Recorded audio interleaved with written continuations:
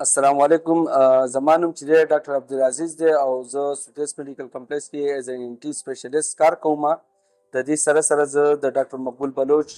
کاکلیر امپلانټ کوم ټیم چې دی په هغې کې ایز اسسټنټ سرجن خدمات ورکوم. را روان دې وخت کې موږ موجود یو کیټګري ډي اسپتال دی چې کوم باجوړ ماموند علاقه کې موجود دی. موږ دا 2 ورځې پروګرام مو د دې هفتې اتوار په ورځ باندې هغه ماشومانو حوالې سره چې کوم ماشومان اورېدی نشي او خبرې نشي کولی. موږ چې کله 2023 کې دا پروګرام رن کول شروع کړل او د دې ماشومانو موږ سکرینینګ شروع کړو، نو په دې کې ګڼ شمېر تعداد سره ماشومان چې کوم وو هغه په موږ ته چې کوم راتلل نو هغه د باجوړ له سیمې سره تعلق ساتو. هغه ماشومانو کې شکر الحمدلله 45 ماشومانو چې کوم دې ماشومانو ته ضرورت وي د کوم اپریشن کوم ته چې موږ کاکلیر امپلانټ وایو هغه شکر الحمدلله د پاکستان بیت المال په مدد سره وشو او نن موږ دلته چې کوم هغه ماشومانو نو د هغو نه سټیچز هم ریموو شولو او هغو اوسه پورې هغو خو ټیک ټاک دي. د دې احساس سره چې کله موږ ته چې زیاتر ماشومان چې کوم دي هغه د باجوړ سیمې سره تعلق ساتي، نو زموږ پوره ټیم دا فیصله وکړله چې موږ باجوړ ته لاړ شو او کوم هغه ماشومان چې کوم چې د دې د علاج نه ناخبره دي چې د هغو موږ معاینه وکړو او موږ هغو ته دا خبر ورسوو چې د دې هم علاج پاسبل دی. هغې په سلسله کې موږ دلته باجوړ ته راغلي وو. دا 2 ورځې موږ کیمپ وکړو او ګڼ شمېر تعداد سره ماشومان موږ ته راغلي وو. هغې کې تقریبا د 200 نه زیات ماشومان چې کوم وو هغو ته د دغه کاکلیر امپلانټ ضرورت دی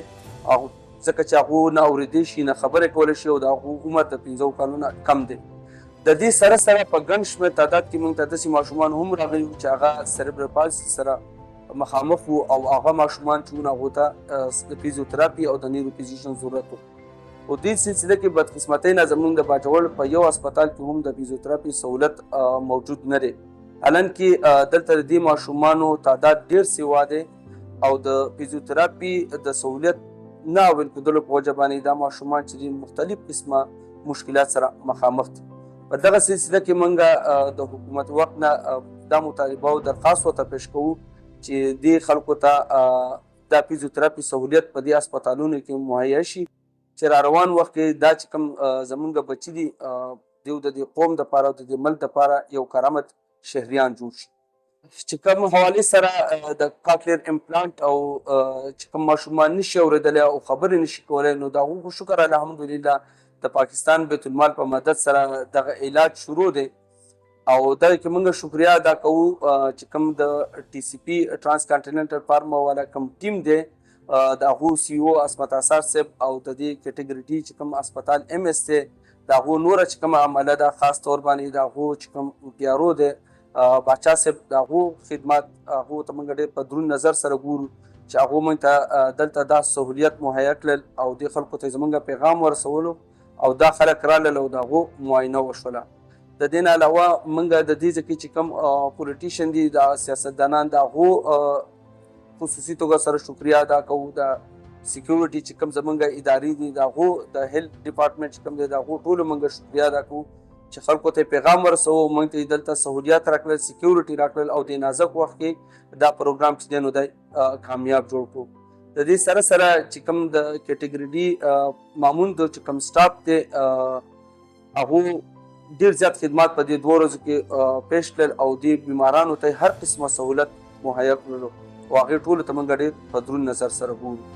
د دې نه علاوه د باجوړ سره چې کوم سوشل میډیا ټیم تعلق ساتي د هغو هم موږ شکرګزار یو چې هغو په ډېر کم وخت کې دې خلکو ته زموږ پیغام ورسوو او د پیغام سره سره هغو دلته راغلل دا ماشومان چې موږ دا ګایډ کړل دوی ته لاره وښودله او موږ ته ډېر زیات فیسیلیټیشن راکړو. دغه سلسله کې یو څو نومونه به موږ واخلو چې کوم ټول نه په ټاپ راځي نو هغه خو زموږ سره لیډي برډ پیج والا دي چې کوم جمیل شاه صاحب رن کوي د هغو موږ شکرګزار یو. د دې نه علاوه حزبان میډیا پینل، سلیم میډیا سیل، باجوړ نیوز کوم چې وقاص صاحب رن کوي، عرفان الله جان صاحب میډیا سیل، مامون میډیا سیل او بلال یاسر میډیا پینل. د دې ټولو موږ شکریا ادا کوو چې دیو د ګران ټیم کې خپل ټیم ویستو او سوشل میډیا باندې زموږ دپاره کمپین وکړو په خپله باندې دلته راغلل او دا ماشومان یې زموږ سره ګډ او موږ توقع ساتو چې را روان وخت به هم د دې ماشومانو په خدمت کې دا کسان زموږ سره شانه به شانه ولاړ.